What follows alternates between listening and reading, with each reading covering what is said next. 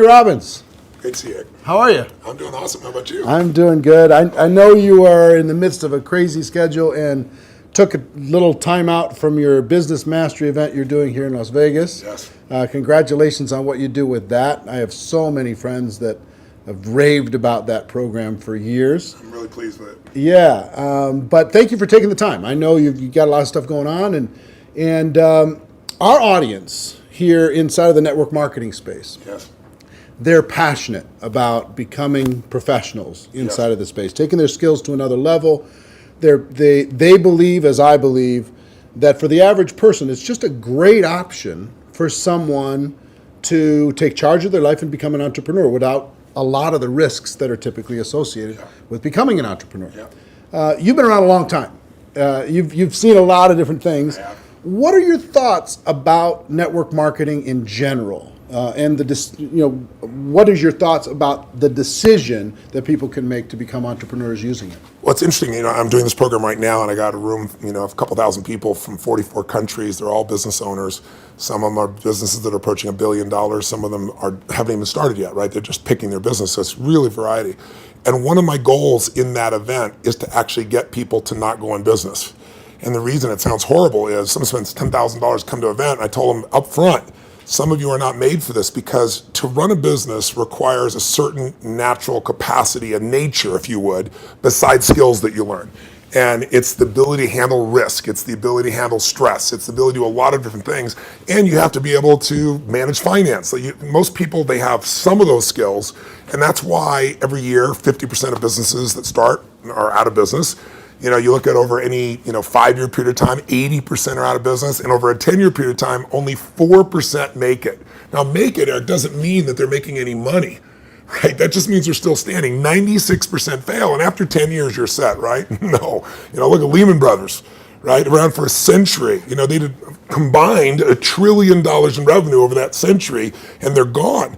So the world, technology changes, products and services changes, it's so competitive. So to really be successful, it's a really unique situation. What's beautiful about network marketing is you get all the benefits of being an owner, but you don't have to be worrying about supply chain. You don't have to be worried about accounting, especially in the world we're in today. Network marketing used to be a little bit more different, but today with technology, you can know what's happening in real time. The companies have already set up the software, they know what happens. So it's really picking the right company, and there's a lot of great companies in that area. And it's really realizing that you're really a value creator. If you can go out and add value to other people's lives, if you can just introduce people to a product or a service that a company you represent that truly is extraordinary, some products and services can't just be thrown up on Amazon. They need the story to be told. And if you found a product or service of that nature, and you got a company that has a generous schedule of being able to reward you, and then you begin to get leverage where it's not just you, where you've multiplied your efforts to other people, then you get all the benefits of being a business owner without all the headaches and without the same level of risk. And so I think network marketing is amazing. Now, network marketing has a mixed reputation, and we all know that, right, in the marketplace. And anybody goes out there, what are you doing? That's why you got to own yourself as a professional. I think that's why I'm supportive of what you do, because you're not just pumping people up, you're giving people real skill sets to be a pro. If you're a dabbler in anything, you're not going to succeed. So I don't think you should have the delusion that network marketing is the way to get rich if you're just going to try it. This is something you got to commit to and say, this is my profession. I'm going to be better than anybody else in this area. I'm going to get the skills and the ability, and I'm going to hone my talents, and I'm going to build my teams, and I'm going to constantly get better. But I don't have to take the risks of starting a business traditionally, and I don't have to be good at all those things that make it so hard for the vast majority of humans never to be able to succeed. And again, in this business, you don't have to wait to start making money. You don't have to hope that you can cover all that overhead. That overhead is being covered by the company. So I'm a big fan of network marketing, always have been, and I think the real thing is making sure you pick the right company and that you continue to grow your skill sets. The constant never-ending improvement, what you've Without talked a doubt. about for forever. That's correct. Right? This concept that you're always going to be getting better at your skills, you're always going to be getting better at your mindset, you're always going to be getting better at how you communicate with your groups, how you're building teams. Yeah. The challenge is people get into something, anything, and in the beginning it's exciting. Of course it's exciting. You join this new company, you have this new opportunity, you get a new relationship, even a new job is exciting in the beginning, but then there's the law of familiarity. If you get around anything enough, you start to take it just a little bit for granted. And you just can't do that with your own business. And that's really what network marketing is your own business. You got to say, this is never-ending improvement for me.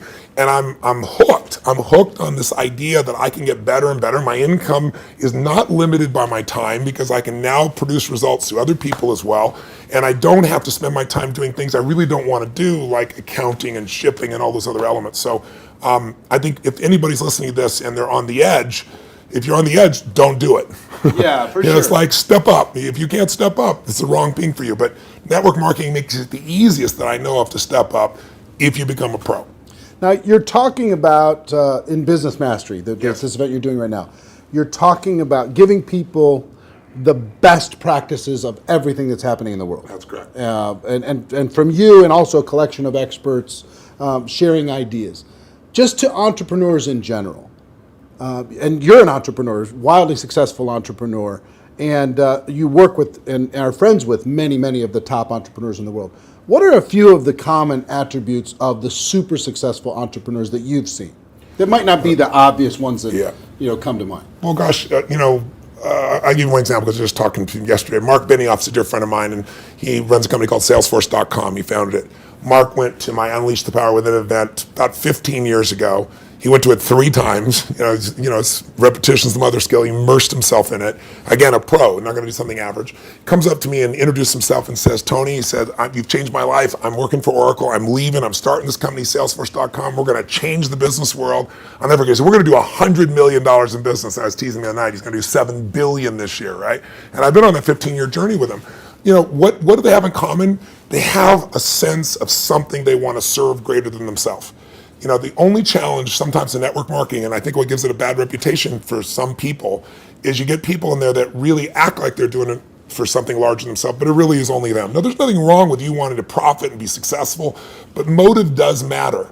And the most successful entrepreneurs have a motive that includes themselves, but they want to do something that's going to change the world, make the world different. It's like, when you're trying to meet your own needs, you get a certain level of insight. If you're trying to meet the needs of your family, you get a different level of insight because life supports whatever supports more of life, more people. If you're trying to support your community, different insight. If you're trying to have an impact on the world, it's even larger. And I found in network marketing, you find a few missionaries that are like those other entrepreneurs that it really is their mission. They'd honestly do it for free. And they want to make money and they do make money. But if you're only doing it for the money, the unfortunate part is people sense that, and then they feel like it's just a transaction as opposed to an experience of added value. There's only one way on earth to really become wealthy, and that is do more for others than anybody else is doing. And if you can find a way to do that through your vehicle, like network marketing, there's no limit. But people sense what's really driving you, and you can't fake it because people's bullshit meters today are so big because everything's bullshit. Reality television is bullshit. It's even fake. So if you can just be raw and real and connect your mission, that is not to say that you're not going to benefit. Hell, I'm fortunate enough now. I got 21 companies. I got 12 I actively manage. We're approaching $6 billion in revenues this year, and I'm a guy that started out, in a 400 square foot bachelor apartment in Venice with no business background. But what has been my driving force is every industry, every company I've into, it's like, I'm on a mission to create massive improvement and change. And I don't just say that shit. If you want to know who I am, you don't have to watch how my lips move, watch how my feet have moved for, 3.5 decades, actually 38 years now. I started when I was 3, I think, something like that. But that's it. Find your mission, find a motive greater than yourself, and ironically, you will do incredibly well yourself.